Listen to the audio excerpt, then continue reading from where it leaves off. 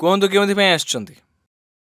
आज्ञा गुरुजी stone hazy पेटरे kidney रे ସେଥିପାଇଁ ଡାକ୍ତର କହିଛନ୍ତି ଅପରେସନ ହବ। ଆଉ ଘରେ ଜମାରୁ ଧନ ରହୁନି, ସବୁବେଳେ ଅସୁବିଧା ଲାଗିକି ରହିଛି। କେତେବେଳେ ପେଟ କାଟୁଛି, କେତେବେଳେ ପିଠି କାଟୁଛି। କେତୋଟି ପିଲା ଆପଣଙ୍କର? 5ଟା ଛୁଆ। ଏଠାରେ ଲେଖିଛି ଦେଖନ୍ତୁ। ପୂର୍ଣ୍ଣିମା ଦେବୀ, ଆପଣଙ୍କ ଗୃହରେ ସୁଖ ଶାନ୍ତି ନାହିଁ, ଧନ ଆଗମନର କାମନା ନେଇ ଏଠାକୁ ଆସିଛନ୍ତି ତଥା ତନ୍ତ୍ର ବାଧା ଯୋଗୁଁ କ୍ଲେଶ ଲାଗି ରହୁଛି, ସର୍ବଦା ଝଗଡ଼ା ହେଉଛି, ଧନ ମଧ୍ୟ ରହିପାରୁନାହିଁ, ଆର୍ଥିକ ସମସ୍ୟା ଅଛି ତଥା ଦେବୀ ଦେବତା ରୁଷ୍ଟ ଅଛନ୍ତି, ପିତୃପୁରୁଷ ଅଶାନ୍ତ ଅଛନ୍ତି। କୌଣସି ମନ୍ତ୍ର ତନ୍ତ୍ର ଦ୍ୱାରା ଆପଣଙ୍କ ଗୃହକୁ ବନ୍ଧନ କରାଯାଇଛି, ଆପଣଙ୍କ ଭବିଷ୍ୟତକୁ କୌଣସି ତାନ୍ତ୍ରିକ ଦ୍ୱାରା ଆପଣଙ୍କ ଶରୀରରେ ବହୁତ ସମସ୍ୟା ଅଛି, ରୋଗ ଆପଣଙ୍କୁ ଆକ୍ରାନ୍ତ କରୁଛି, ରୋଗ ବନ୍ଧନ ଲଗାଯାଇଛି ତଥା ଆପଣଙ୍କ ଅଣ୍ଟାରେ ଯନ୍ତ୍ରଣା ରହୁଛି। ଆପଣଙ୍କ ପରିବାର ଉପରେ ମାନେ ପୁତ୍ରମାନଙ୍କ ଉପରେ କେହି ବିବାହ ନାଶକର କ୍ରିୟା ମଧ୍ୟ କରିଛି। ସେହି କ୍ରିୟା ପ୍ରଭାବରେ ଏପରି ଶକ୍ତି ଉତ୍ପନ୍ନ ହେବ, ଆପଣଙ୍କ ବୋହୂମାନେ ଘର ଛାଡ଼ିକି ଚାଲିଯିବେ, ଆଉ କେବେ ଫେରିକି ଆସିବେ ନାହିଁ ତଥା ଦ୍ୱିତୀୟ ବିବାହ ଯେପରି ନ ହୁଏ ସେଥିପାଇଁ ମଧ୍ୟ ତନ୍ତ୍ର କ୍ରିୟା କରାଯାଇଛି, ତା ଯୋଗୁଁ ମଧ୍ୟ ବହୁତ ଅନିଷ୍ଟ ହେବ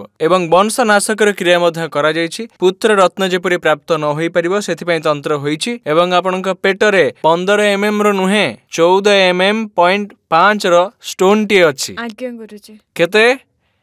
14.5 ମାନେ 5 mm କମ୍ ର ପଥରଟିଏ ଅଛି ଆପଣଙ୍କ ପେଟରେ। ଠିକ ଅଛି, ବୁଝିପାରିଲେ? ତା ଯୋଗୁଁ ଏ ପ୍ରଭାବ ପଡୁଛି ମଧ୍ୟ ସାଇଡରେ। ଠିକ ଅଛି ନା? ଠିକ କହୁଛି ନା?